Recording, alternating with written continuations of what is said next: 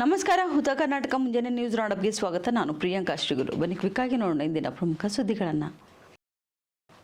ಶಾಲಾ ವಾಹನ ಚಾಲಕರಿಗೆ ಸೂಕ್ತ ಚಾಲನಾ ಪರವಾನಗಿ ಅನುಭವ ಹಾಗೂ ಮಕ್ಕಳೊಂದಿಗೆ ಸ್ನೇಹಪರ ವರ್ತನೆ ಇರಬೇಕು ಎಂದು ಹುಮ್ನಾಬಾದ್ ಡಿವೈಎಸ್ಪಿ ಮಡೋಳಪ್ಪ ಪಿಎಸ್ ಸಲಹೆಯನ್ನು ನೀಡಿದ್ದಾರೆ. ಹುಮ್ನಾಬಾದ್ ಪಟ್ಟಣದ ಪೊಲೀಸ್ ಠಾಣೆಯ ಆವರಣದಲ್ಲಿ ಮಂಗಳವಾರ ಶಾಲೆ ಕಾಲೇಜು ವಾಹನಗಳನ್ನು ಪರಿಶೀಲನೆ ನಡೆಸಿದ ಡಿವೈಎಸ್ಪಿ ಮಡೋಳಪ್ಪ ಅವರು ಶಾಲಾ ವಾಹನಗಳು ಕಡ್ಡಾಯವಾಗಿ ಸರ್ಕಾರದ ನಿಯಮಗಳನ್ನು ಪಾಲಿಸಬೇಕು.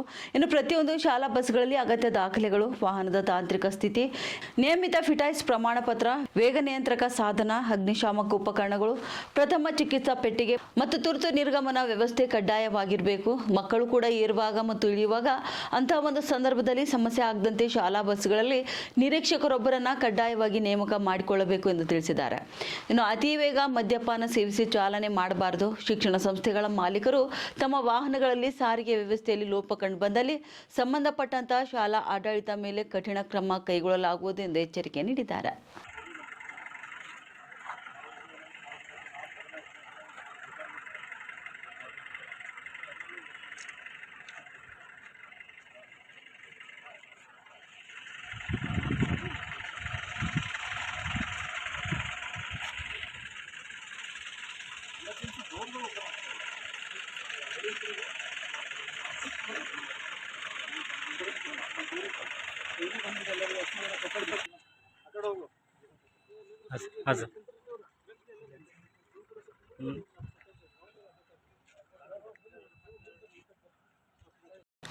ಸಿಂಧನೂರು ನಗರದ ಶಾಸಕರ ಕಾರ್ಯಾಲಯದಲ್ಲಿ ಯದ್ದಲದೊಡ್ಡಿ ನೀರು ಬಳಕೆದಾರ ಸಂಘದ ಸದಸ್ಯರ ಜೊತೆ ಎಆರ್ಸಿಸಿಯ ಎಫ್ಡಿಎ ಆಗಿ ಕರ್ತವ್ಯ ನಿರ್ವಹಿಸುತ್ತಿರುವ ವಿನೋದ್ ಅವರು ಚುನಾವಣಾಧಿಕಾರಿಯಾಗಿ ಸಭೆ ನಡೆಸಿದ್ದು ಅನುಮಾನಕ್ಕೆ ಎಡೆ ಮಾಡಿಕೊಟ್ಟಿದೆ.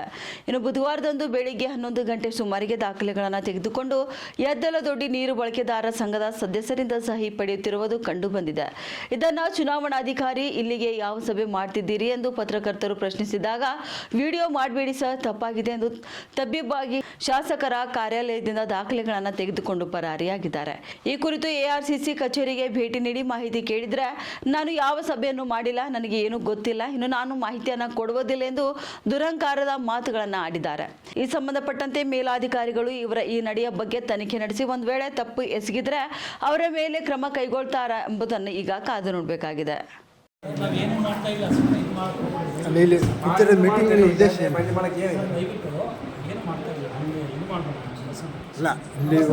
ಏನು ರೀ? ಇಲ್ಲಿ ಏನು ಮಾಡ್ತಿದ್ದೀರಿ ಅಷ್ಟೇ? ಅಲ್ಲಲ್ಲ, ಏನು ಮಾಡ್ತಿದ್ದೀರಿ? ಮೀಟಿಂಗ್ ಯಾವುದಿರಿ? ಅಲ್ಲ, ಏನು ಮೀಟಿಂಗ್ ಮಾಡೋದ್ರಿ? ಎಮ್ ಎಲ್ ಆಫೀಸ್ನಾಗ ಅರ್ಥ ಆಗ್ತಾ ಇಲ್ಲ ನನಗೆ. ಮಾಡ್ರಿ ಬೇಡನಲ್ಲ, ಇದು ಪರ್ಮಿಷನ್ ಕೊಟ್ಟಿದ್ದೀರಿ ಎಮ್ ಎಲ್ ಆಫೀಸ್? ಅಲ್ಲ, ಇರ್ಲಿ ಬೇಡನಲ್ಲ, ನಾನು ಇಲ್ಲಿ ಮಾಡ್ತಿದ್ದ ಕಾರಣ ಏನು ಗೊತ್ತಾಗ್ತಾ ಇಲ್ಲ. ವಿಡಿಯೋ ಯಾಕೆ ಮಾಡ್ತಾರೆ? ಇಲ್ಲಿ ಯಾಕೆ ಮಾಡ್ತಾರೆ ಮೀಟಿಂಗ್ ಮಾಡಿಲ್ಲ ಸರ್. ಇಲ್ಲಿ ಯಾರು ಇದು ಮಾಡಕ್ಕೆ ಬರ್ತೇನೆ ಇಲ್ಲಿ ನಾವು ಬಂದಿದ್ದೀವಿ. ಅಲ್ಲ, ಇಲ್ಲಿ ಬೇಡನಲ್ಲ, ಕೇಳಿ ಏನು ನಿಮ್ದು ಇದಿಲ್ಲ. ತಾಯಿ ಇಲ್ಲದ ಅಪ್ರಾಪ್ತ ಬಾಲಿಕೆಯ ಮೇಲೆ ಅತ್ಯಾಚಾರ ನಡೆದಿದೆ. ಮನೆಯಲ್ಲಿ ಮಗಳನ್ನ ಬಿಟ್ಟು ತಂದೆ ಕೆಲಸಕ್ಕೆ ಹೋದಾಗ ಬಾಲಕಿಯ ಮೇಲೆ ಕಾಮುಕನ ಅಟ್ಟಹಾಸ ಮೆರೆದಿದ್ದಾನೆ. ಪಕ್ಕದ ಮನೆಯ ವ್ಯಕ್ತಿಯಿಂದಲೇ ಅಪ್ರಾಪ್ತ ಬಾಲಕಿಯ ಮೇಲೆ ಅತ್ಯಾಚಾರ ಎಸಗಲಾಗಿದೆ. ಸದ್ಯ ಬೀದರ್ನ ಬ್ರಿಮ್ಸ್ ಆಸ್ಪತ್ರೆಯಲ್ಲಿ ಬಾಲಕಿಗೆ ಚಿಕಿತ್ಸೆ ನೀಡುತ್ತಿದ್ದಾರೆ. ಬೀದರ್ ಜಿಲ್ಲೆಯ ಗ್ರಾಮವೊಂದರಲ್ಲಿ ಹೀನವಾದ ಕೃತ್ಯ ನಡೆದಿದೆ. 35 ವರ್ಷದ ವ್ಯಕ್ತಿಯಿಂದ 8 ವರ್ಷದ ಬಾಲಿಕೆಯ ಮೇಲೆ ಅತ್ಯಾಚಾರ ಎಸಗಲಾಗಿದೆ. ಮೇ 7ರಂದು ನಡೆದಂತ ಘಟನೆ ತಡವಾಗಿ ಬೆಳಕಿಗೆ ಬಂದಿದೆ. ಇನ್ನು ಬಾಲಿಕೆಯನ್ನ ತನ್ನ ಮನೆಗೆ ಕರೆದುಕೊಂಡು ಅತ್ಯಾಚಾರವೆಸಗಿದ ಕೀಚಕ. ಈ ಕುರಿತು ಮಹಿಳಾ ಪೊಲೀಸ್ ಠಾಣೆಗೆ ಸಂತ್ರಸ್ತಿ ಬಾಲಿಕೆಯ ತಂದೆ ದೂರನ್ನು ನೀಡಿದ್ದಾರೆ. ಪೋಕ್ಸೋ ಕಾಯ್ದೆಯಡಿ ಮಹಿಳಾ ಠಾಣೆಯಲ್ಲಿ ಈ ಪ್ರಕರಣ ದಾಖಲಾಗಿದ್ದು ಅತ್ಯಾಚಾರಿಯ ಹೆಡೆಮುರಿ ಕಟ್ಟಿದ್ದಾರೆ ಅಕ್ಕಪಡೆ ಸೇನಾದವರು. ಇವತ್ತು ಬೀದರ್ ಜಿಲ್ಲೆ ಒಂದು ಜಿಲ್ಲೆ ಒಳಗೆ ಒಂದು ಹಳ್ಳಿ ಒಳಗೆ ಒಂದು ಅಪ್ರಾಪ್ತ 8 ವರ್ಷದ ಮಗುವಿನ ಮೇಲೆ ಅತ್ಯಾಚಾರ ಪ್ರಕರಣ ಕಂಡುಬರ್ತದೆ. ಅದು ನಿಜಕ್ಕೂ ಭಾಳ ಖಂಡನೀಯ. ಅಂಥ ಒಬ್ಬ 35 ವರ್ಷದ ಮನುಷ್ಯ ಅವನಿಗೆ ಮಕ್ಕಳಾಗಿ ಮದುವೆ ಆಗಿದ್ರು ಕೂಡ ಆ ಮಗುವಿಗೆ ಸತತವಾಗಿ 3-4 ಸಲ ರೇಪ್ ಮಾಡಿರ್ತಾನೆ. ತಾಯಿ ಇಲ್ಲದ ಮಗು. ಇಂಥವ್ರನ್ನ ನಿಜವಾಗ್ಲೂ ಗಲ್ಲು ಶಿಕ್ಷೆಗೆ ಏರಿಸ್ಬೇಕಂತೇಳಿ ನಾನು ರಿಕ್ವೆಸ್ಟ್ ಮಾಡ್ತಾಯಿದ್ದೀನಿ. ಯಾಕಂತಂದರೆ ಒಂದು ಮಗು ಅನ್ಲಾರ್ದೇ ಅವ ಅಷ್ಟರ ಮಟ್ಟಿಗೆ ಕ್ರೂರ ಮಟ್ಟಿಗೆ ಅವಳ ಮೇಲೆ ಅತ್ಯಾಚಾರ ಮಾಡಿರ್ತಾನೆ. ಹಂಗಾಗಿ ನನ್ನ ಗಮನಕ್ಕೆ ಬಂದಿರ್ತದೆ, ಅದನ್ನು ಕೂಡಲೇ ನಾನು ಅಕ್ಕಪಡೆಗೆ ಗಮನಕ್ಕೆ ತರ್ತೀನಿ. ನಿಜವಾಗ್ಲೂ ಅಕ್ಕಪಡೆ ಮತ್ತು ಜಿಲ್ಲಾ ಪೊಲೀಸ್ ವರಿಷ್ಠಾಧಿಕಾರಿ ಅವ್ರಿಗೆ ನಾನು ಥ್ಯಾಂಕ್ಸ್ ಹೇಳಲೇಬೇಕು. ವಿತಿನ್ ಒಂದು 10 ಮಿನಿಟ್ಸಲ್ಲೇ ಆ ಮಗುವಿಗೆ ರಕ್ಷಣೆ ಮಾಡ್ತಾರೆ. ಮಗುವಿಗೆ ರಕ್ಷಣೆ ಮಾಡಿಬಿಟ್ಟು ಮತ್ತು ಆರೋಪಿನ ಅರೆಸ್ಟ್ನೂ ಕೂಡ ಮಾಡ್ತಾರೆ. ಮಾಡಿ ಇವತ್ತು ಆ ಮಗುವಿಗೆ ರಕ್ಷಣೆ ಮಾಡಿದ್ದಾರೆ. ನಿಜವಾಗ್ಲೂ ನಾನು ಅಕ್ಕಪಡೆಗೆ ಧನ್ಯವಾದ ಹೇಳ್ತೀನಿ. ಇದು ಎಲ್ಲೇ ಆಗಲಿ ಇಂಥ ಒಂದು ಪ್ರಕರಣಗಳ ಗಮನಕ್ಕೆ ಬಂದಾಗ ಕೂಡಲೇ ಎಚ್ಚೆತ್ತು ಸಾರ್ವಜನಿಕರಾಗಲಿ ಮತ್ತು ಹೋರಾಟಗಾರರಾಗಲಿ ಮತ್ತು ಅಡ್ಮಿನಿಸ್ಟ್ರೇಷನ್ ಆಗಲಿ ಇಂಥ ಒಂದು ಅಕ್ಕಪಡೆ ಗಮನಕ್ಕೆ ತಂದು ಅದನ್ನು ರಕ್ಷಣೆ ಮಾಡುವಂಥದ್ದಲ್ಲಿ ನಾವೆಲ್ಲ ತೊಡಗಿಸ್ಕೋಬೇಕಂತೇಳಿ ರಿಕ್ವೆಸ್ಟ್ ಮಾಡ್ತೀನಿ. ಹುಡುಗಿ ಪರಿಸ್ಥಿತಿ ಹದಗೆಟ್ಟದ ಅಂಥೇಳಿ ನಂಗೆ ಗೊತ್ತಾಯಿತು. ಪಾಪ 3 ಡೇಸಿಂದ ಅದು ತಾಯಿ ಇಲ್ಲದ ಮಗು, ತಂದೆ ಹೊಟ್ಟೆ ಪಾಡಿಗೆ ಬದುಕಕ್ಕೆ ಹೋಗ್ತಾನೆ. ಅದು ಯಾರಿಗೆ ಹೇಳ್ಕೋಬೇಕು ನಾವು ನೋಡಿದ್ರೆ ಭಾಳ ಒಂದು ದೊಡ್ಡ ಅಟ್ಟಹಾಸ ಮೆರೆದಿದೆ ನಮ್ಮ ಮಗುವಿನ ಮೇಲೆ. ನಿಜಕ್ಕೂ ನಾನು ಅದನ್ನು ಖಂಡಿಸ್ತೀನಿ. ಹಾಗಾಗಿ ಇದನ್ನು ಕೂಡಲೇ ತಕ್ಕ ಶಿಕ್ಷೆ ಆಗಬೇಕಂತ ನಾನು ಇದು ಮಾಡ್ತೀನಿ, ರಿಕ್ವೆಸ್ಟ್ ಮಾಡ್ತೀನಿ. ಥ್ಯಾಂಕ್ ಯು ಅಕ್ಕಪಡೆ ಮತ್ತು ಜಿಲ್ಲಾ ಪೊಲೀಸ್ ವರಿಷ್ಠಾಧಿಕಾರಿ ಅವರಿಗೆ. ಔರಾದ್ ಪಟ್ಟಣದ ತಹಸೀಲ್ ಕಚೇರಿ ಆವರಣದಲ್ಲಿ SIR ಹಾಗೂ EVM ರದ್ದತಿಗೆ ಆಗ್ರಹಿಸಿ ಸಾಮಾಜಿಕ ಕಾರ್ಯಕರ್ತ ಗೋಪಾಲ್ ಸಿಂಗ್ ಠಾಕೂರ್ ನಡೆಸುತ್ತಿರುವ ಏಕಾಂಗಿ ಉಪವಾಸ ಸತ್ಯಾಗ್ರಹ ಇಂದು 12ನೇ ದಿನಕ್ಕೆ ಕಾಲಿಟ್ಟಿದೆ. ಇನ್ನು ಮತದಾರರ ವಿಶೇಷ ಸಮಗ್ರ ಪರಿಷ್ಕರಣೆ ನಡೆಸಿದ SIR ಎಂಬುದು ಮತದಾರರ ಹಕ್ಕು ಕಸಿದುಕೊಳ್ಳುವಂಥ ತಂತ್ರವಾಗಿ ಪರಿಣಮಿಸಿದೆ. ಇದರ ಪರಿಣಾಮವಾಗಿ ಲಕ್ಷಾಂತರ ಜನರು ತಮ್ಮ ಅಮೂಲ್ಯ ಮತದಾನ ಹಕ್ಕನ್ನು ಕಳೆದುಕೊಂಡಿದ್ದಾರೆ ಎಂದು ಗೋಪಾಲ್ ಸಿಂಗ್ ಠಾಕೂರ್ ಅವರು ಏಕಾಂಗಿಯಾಗಿ ಉಪವಾಸ ಸತ್ಯಾಗ್ರಹವನ್ನು ನಡೆಸುತ್ತಿದ್ದಾರೆ. ಇನ್ನು ಈ ಉಪವಾಸ ಸತ್ಯಾಗ್ರಹ ಇಂದು 12ನೇ ದಿನಕ್ಕೆ ಕಾಲಿಟ್ಟಿದ್ದು ಮುಂದಿನ 20 ದಿನಗಳವರೆಗೆ ನಿರಂತರವಾಗಿ ಮುಂದುವರಿಯಲಿದೆ ಎಂದು ತಿಳಿಸಿದ್ದಾರೆ. ಗೋಪಾಲ್ ಸಿಂಗ್ ಅವರ ಈ ಹೋರಾಟಕ್ಕೆ ಬೀದರ್ ಜಿಲ್ಲಾ SIR ವಿರೋಧಿ ಜನಾಂದೋಲನ ಸಮಿತಿಯ ಸದಸ್ಯರು ಬೆಂಬಲ ಸೂಚಿಸಿ ನಿನ್ನೆ ಸ್ಥಳಕ್ಕೆ ಭೇಟಿ ನೀಡಿ ಬೆಂಬಲ ವ್ಯಕ್ತಪಡಿಸಿದ್ದಾರೆ. SIR ವಿರೋಧಿ ಜನಾಂದೋಲನ ಸಮಿತಿಯ ಪ್ರಮುಖರಾದ ಅಬ್ದುಲ್ ಮನ್ನಾನ್ ಸೇಠ್, ಓಂ ಪ್ರಕಾಶ್ ರೊಟ್ಟೆ, ನಿಜಾಮುದ್ದೀನ್, ಡಾಕ್ಟರ್ ಮಕ್ಸೂದ್ ಚಂದಾ ಸೇರಿದಂತೆ ಅನೇಕರು ಪ್ರತಿಭಟನಾ ಸ್ಥಳಕ್ಕೆ ಭೇಟಿ ನೀಡಿ ಸತ್ಯಾಗ್ರಹಕ್ಕೆ ಬೆಂಬಲವನ್ನು ಸೂಚಿಸಿದ್ದಾರೆ. हम सब एक है, हम सब एक है, इनकलाब जिंदाबाद, इनकलाब जिंदाबाद, बेके बेको न्याय बेको, बेके बेको न्याय Beko, we want justice, we want justice, अय्यो अय्यो अन्याय अन्याय, अय्यो अय्यो अन्याय. ಮಾರಾಟಕ್ಕೆ ಸಿದ್ಧವಾಗಿದ್ದ ಪಪ್ಪಾಯಿ ಬೆಳೆ ಮಣ್ಣು ಪಾಲು. ಇನ್ನು ಪರಿಹಾರಕ್ಕಾಗಿ ಸರ್ಕಾರಕ್ಕೆ ರೈತರು ಮನವಿಯನ್ನ ಸಲ್ಲಿಸಿದ್ದಾರೆ. ಕಲಬುರಗಿ ಜಿಲ್ಲೆಯ ಚಿತ್ತಾಪುರ ತಾಲೂಕಿನ ಮಾರಡ್ಗಿ ಗ್ರಾಮದಲ್ಲಿ ಬೀಸಿದ ಭಾರಿ ಬಿರುಗಾಳಿಗೆ ರೈತನೊಬ್ಬನ ಕನಸು ಕ್ಷಣಾರ್ಧದಲ್ಲಿ ನಾಶವಾದ ಘಟನೆ ನಡೆದಿದೆ. ಗ್ರಾಮದ ರೈತ ಮನೋಹರ್ ಕುಲಕರ್ಣಿಯವರ 8 ಎಕರೆ ಪ್ರದೇಶದಲ್ಲಿ ಬೆಳೆದಿದ್ದ ಪಪಾಯಿ ತೋಟ ಸಂಪೂರ್ಣ ನೆಲಕಚ್ಚಿದೆ. ಇನ್ನು ಮಾರುಕಟ್ಟೆಗೆ ಸಾಗಿಸಲು ಸಿದ್ಧವಾಗಿದ್ದ ಪಪ್ಪಾಯಿ ಬೆಳೆ ಬಿರುಗಾಳಿಯ ಅಬ್ಬರಕ್ಕೆ ಧರೆಗೆ ಉರುಳಿತು.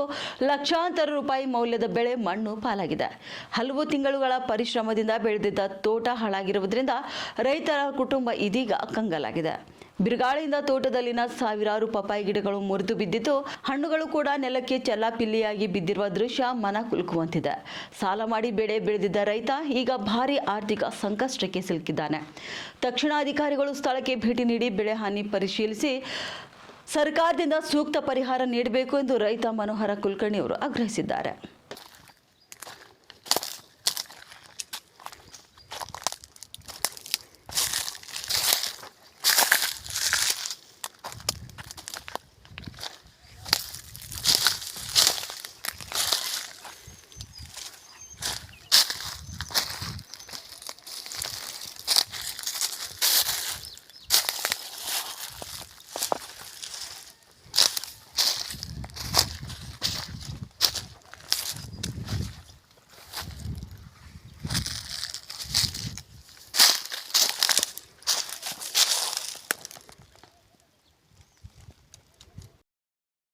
ಬೀದರ್ ಜಿಲ್ಲೆಯ ಬಸವಕಲ್ಯಾಣ ನಗರ ಪೊಲೀಸರು ಮಿಂಚಿನ ಕಾರ್ಯಾಚರಣೆ ನಡೆಸಿದ್ದು, ಕಳೆದ 9ನೇ ತಾರೀಕಿನಂದು ಸಾರ್ವಜನಿಕರ ಸ್ಥಳವಾದ ಮಡಿವಾಳ ಮಾಚಿದೇವರ ಸರ್ಕಲ್ ಬಳಿ 5-6 ಯುವಕರ ಮಧ್ಯೆ ಹೊಡೆದಾಟ ನಡೆದಿತ್ತು.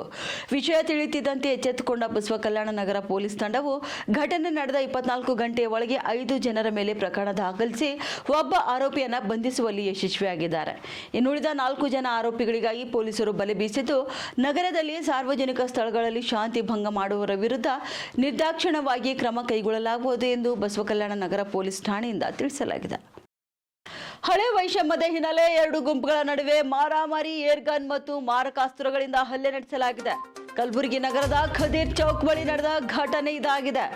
ಅಸ್ಲಾಂ ಪಟೇಲ್ ಅಲಿಯಾಸ್ ಬಾಂಬೆ ಅಸ್ಲಾಂ ಹಾಗೂ ನಾಶದ್ ಪಟೇಲ್ ಗುಂಪಿನ ನಡುವೆ ಗಲಾಟೆ ನಡೆದಿದೆ. ನೌಷಾದ್ ಪಟೇಲ್ ಆತ ಸ್ನೇಹಿತರೊಂದಿಗೆ ಚಹಾ ಕುಡಿಯುವಾಗ ಅಟ್ಯಾಕ್ ಮಾಡಿದ್ದಾರೆ ಗ್ಯಾಂಗ್. ಅಸ್ಲಾಂ ಪಟೇಲ್ ಅಲಿಯಾಸ್ ಬಾಂಬೆ ಅಸ್ಲಾಂ, ಚಿಲ್ಲು, ಲಂಗಡೆ ಸದ್ದಾಂ, ಸಿಕಿಂದರ್ ಮಾರಿ ಮತ್ತು ರೆಹಾನ್ ಸೇರಿ 6 ಜನ ಗುಂಪು ಹಲ್ಲೆ ಮಾಡಿದ್ದಾರೆ. ಬಾಂಬೆ ಆಸಾಂ ಏರ್ಗನ್ನಿಂದ ಸಯ್ಯದ್ ಜಲಾನಿಯ ಹೊಟ್ಟೆಯ ಭಾಗಕ್ಕೆ 2 ಬಾರಿ ಫೈರ್ ಮಾಡಿದ್ದಾನೆ. ಇನ್ನು ಮಾರಕಾಸ್ತ್ರಗಳಿಂದ ಹಾಗೂ ಬಡಿಗೆಯಿಂದ ಮನಸೋ ಇಚ್ಛೆ ಹಲ್ಲೆ ಮಾಡಲಾಗಿದೆ. ನೌಷಾದ್ ಪಾಟೀಲ್ ಹಾಗೂ ಸಯ್ಯದ್ ಜಿಲಾನ್ಗೆ ಗಂಭೀರ ಗಾಯಗಳಾಗಿದ್ದು ಸದ್ಯ ಅವರನ್ನ ಖಾಸಗಿ ಆಸ್ಪತ್ರೆಗೆ ದಾಖಲು ಮಾಡಲಾಗಿದೆ. ಆರ್ಜಿ ನಗರ ಪೊಲೀಸ್ ಠಾಣೆಯಲ್ಲಿ ಪ್ರಕರಣ ಕೂಡ ದಾಖಲಾಗಿದೆ. चिवित में काम पे से आया था, ड्यूटी पे से लेकर के क्या मार दिया साहब, चिपका चिवित थरे साले को मार दिया साहब वहाँ पे। और ये इलीगल गन लेके क्या मालूम है फिर रहा, ओपन फायर कर रहा है मेरे छाती के बाजू से गया है, मेरे साथ वाले को यहाँ लगी गोली है, और एक जने लगे थरे साले को 2 जने को उनको गोली लग गए। ये कल शाम में हो गया साहब, ये खदीज चौक पे हो गया साहब। ये अब मैं ड्यूटी पे से आ रहा था सर, मेरा टेमो ऑटो से आना जाना, मैं बाइक नहीं है मेरे पास, बाइक से नहीं है मेरे पास, ऑटो से आना जाना, ऑटो से आ रहा तो क्या मेरे को क्या मार दिया साहब। पीछे दुश्मन ने सब वो डिग्गा महबूब के केस में, फेक केस में मेरे को अंदाजा लेते साहब, वो केस में क्या मालूम है इनके साथ इन्वॉल्व है बोल के मेरे को मार दिया साहब। बम्बई असलम, चिल्लू, लंगड़ू सद्दा और मारी, ಸಿಕಂದರ್ ಇಷ್ಟು ಮಂದಿ ನಮ್ಮ ಮೇಲೆ ಅಟ್ಯಾಕ್ ಮಾಡ್ಯಾರ ಸರ್. ಇವಾಗಿದು ಇಂದಿನ ಪ್ರಮುಖ ಸುದ್ದಿಗಳು. ಮತ್ತೆ ಭೇಟಿಯಾಗೋಣ ಮುಂದಿನ ರೌಂಡಪ್ನಲ್ಲಿ. ನಮಸ್ಕಾರಗಳು.